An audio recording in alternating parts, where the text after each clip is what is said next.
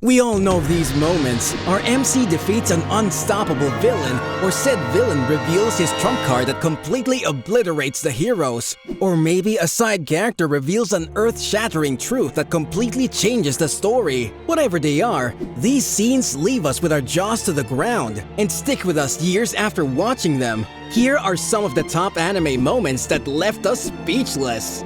Gon's Nen contract. Hunter x Hunter. The Chimera Ants are without a doubt the toughest enemies ever faced in Hunter x Hunter. Once just a pest control problem, they evolved faster than Pokemon and almost took over the world.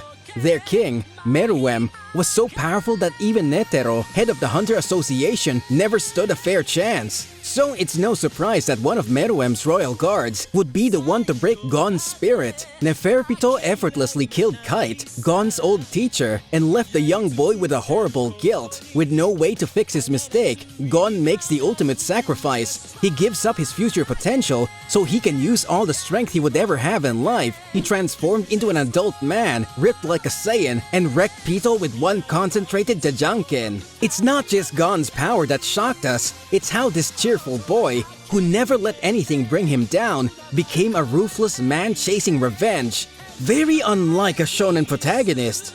Asuka's last stand, end of Evangelion. Really, the whole movie is mind-screwy enough to fit here. But a standout moment in this masterpiece has to be when Asuka finds the strength to resist the invading military forces. Realizing her EVA Unit 02 contained her mother's soul, and that she wasn't alone, Asuka activates her EVA's Berserk form, a legendary state only the main character Shinji had ever used. But even that couldn't stop 6 self-healing EVAs with Spears of Longinus. This supernatural weapon broke through Unit 02's shield and pierced right through its head. Then the EVAs pulled apart Asuka's robot like vultures tearing up their food.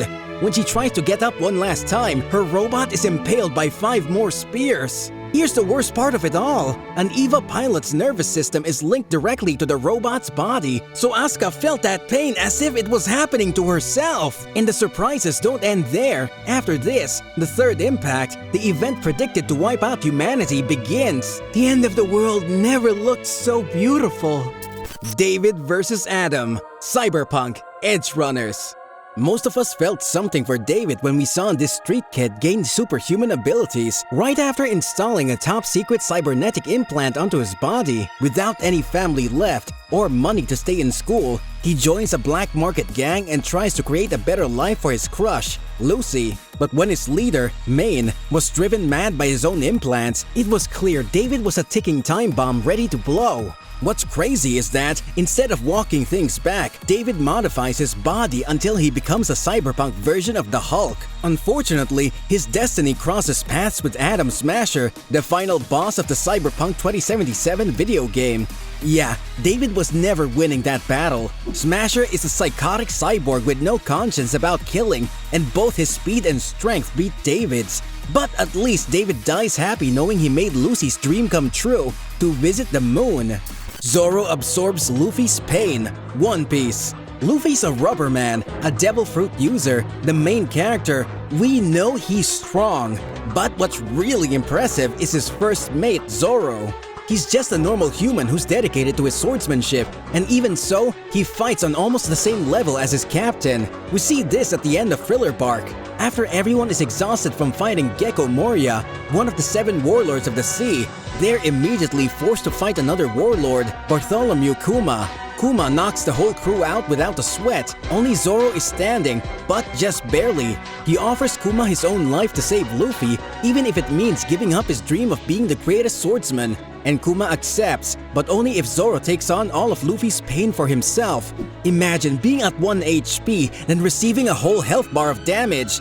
That's what happened to Zoro. He should have died from the pain, but he didn't, because he's Zoro. And here he said his famous line, "Nothing happened." That's how cool Zoro is.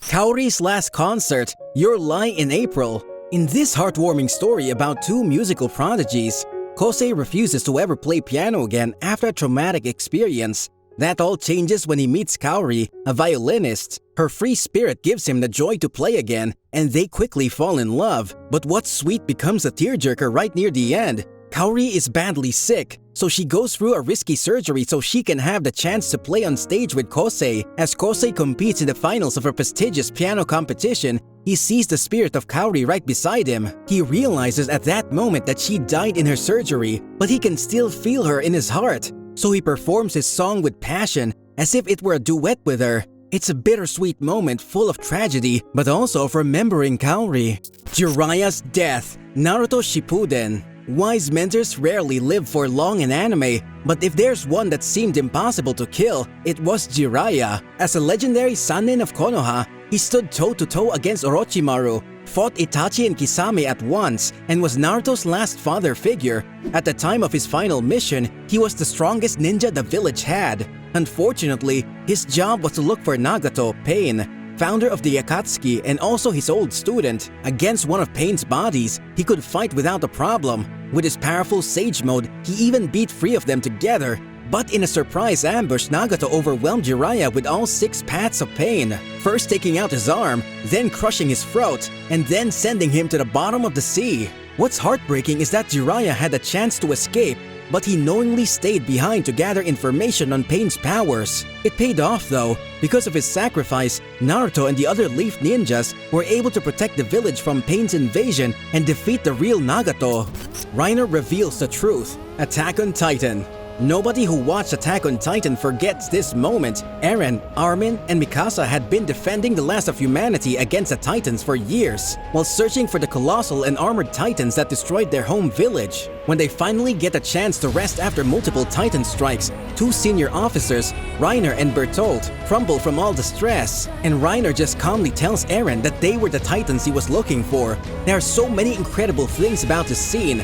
First, how casually it happened. The Titans' true identities were a huge mystery of the first 2 seasons, but Reiner spills it out in a background conversation almost off-screen.